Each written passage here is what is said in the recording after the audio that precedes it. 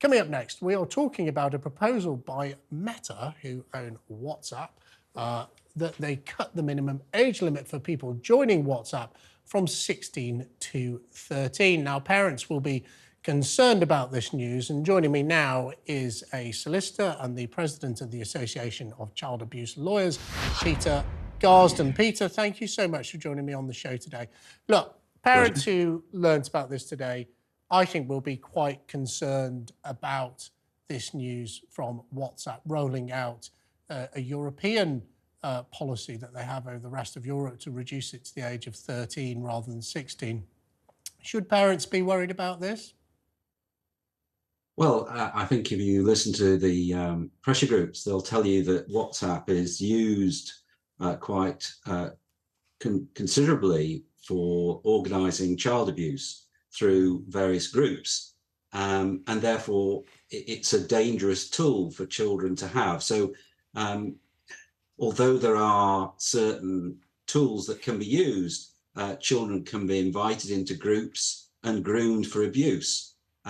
If you lower that age from 16 to 13, then you're exposing far more vulnerable children to the dangers of online targeting by paedophiles. So yes, I think there needs to be a worry, and more needs to be done by the social media platform WhatsApp to introduce more restrictions to stop this from happening. So, Peter, what I'm interested in, though, is does the current limit at 16 work? I mean, is there no one under the age of... I certainly know people who are under the age of 16 who are on WhatsApp. If the current limit of 16 isn't working, really, what difference does it make lowering it to 13 or 10 or 12 or whatever it may be? The limit doesn't work, so what difference does it make to our lives if it's changed? Well, one of the functions of the Online Safety Act is to introduce more rigorous procedures to stop people underage from getting onto the platform. But of course, it's like saying, well, the responsibility for policing children when they're looking at things online is the parents. But of course, you have to target the organizations that are providing the content. And so it's a bilateral type of situation where predominantly the responsibility is on the online platform, but secondarily, parents have to do the bit as well. So, okay, well, is WhatsApp particularly bad for things like online bullying in schools and is that because of its encrypted nature, or is that just the ease of using it? Well, I think you've hit on the most important point. It is encrypted. So what tends to happen is that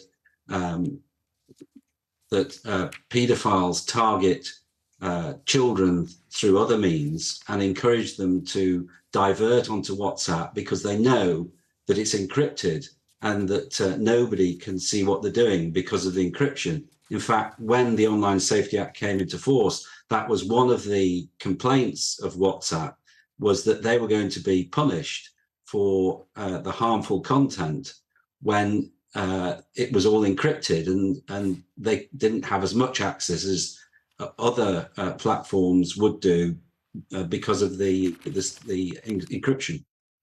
Okay, well, separately, we learned that Meta has also announced that they're going to bring in a nudity filter on Instagram that seeks to limit things like sextortion, which we heard about Will Ragg being targeted for allegedly only at the end of last week. Are things like that more important than these arbitrary age limits, or do you want to see them all in place? Well, I think the point is that the Online Safety Act came in October. The agency regulating them are talking about codes of practice with these organisations. So to take the age limit down when Ofcom, that's right, are in the process of organising these codes of practice seems to be going in the wrong direction. But I mean, any forms of friction that can be introduced, such as stopping children being introduced to WhatsApp groups so easily, a blurring tool that Meta is developing at the moment should be introduced as soon as possible. And if they fail to do so, then Ofcom have the ability to prosecute these platforms and levy large fines. Well, Peter, just to talk about that blurring filter, you're right, it will blur out nude images, but also, I think more importantly, it will send someone a warning if they're sending a nude picture themselves about the dangers of doing that. The government and ministers are apparently considering an outright ban on the sale of smartphones for people under the age of 16. Surely that's the way for the government to go, rather than rely on these international companies to try and police the content? Well, I was listening to the NSPC this morning talking about this issue. Their view, which I respect, is that because smartphones are so endemic and because they provide so many benefits to children, it would be wrong to ban them altogether, because it would be tantamount to pushing the problem underground and creating more of a problem and more of an enticement to have a smartphone than simply policing the internet and social platforms better to take away the danger as far as one can.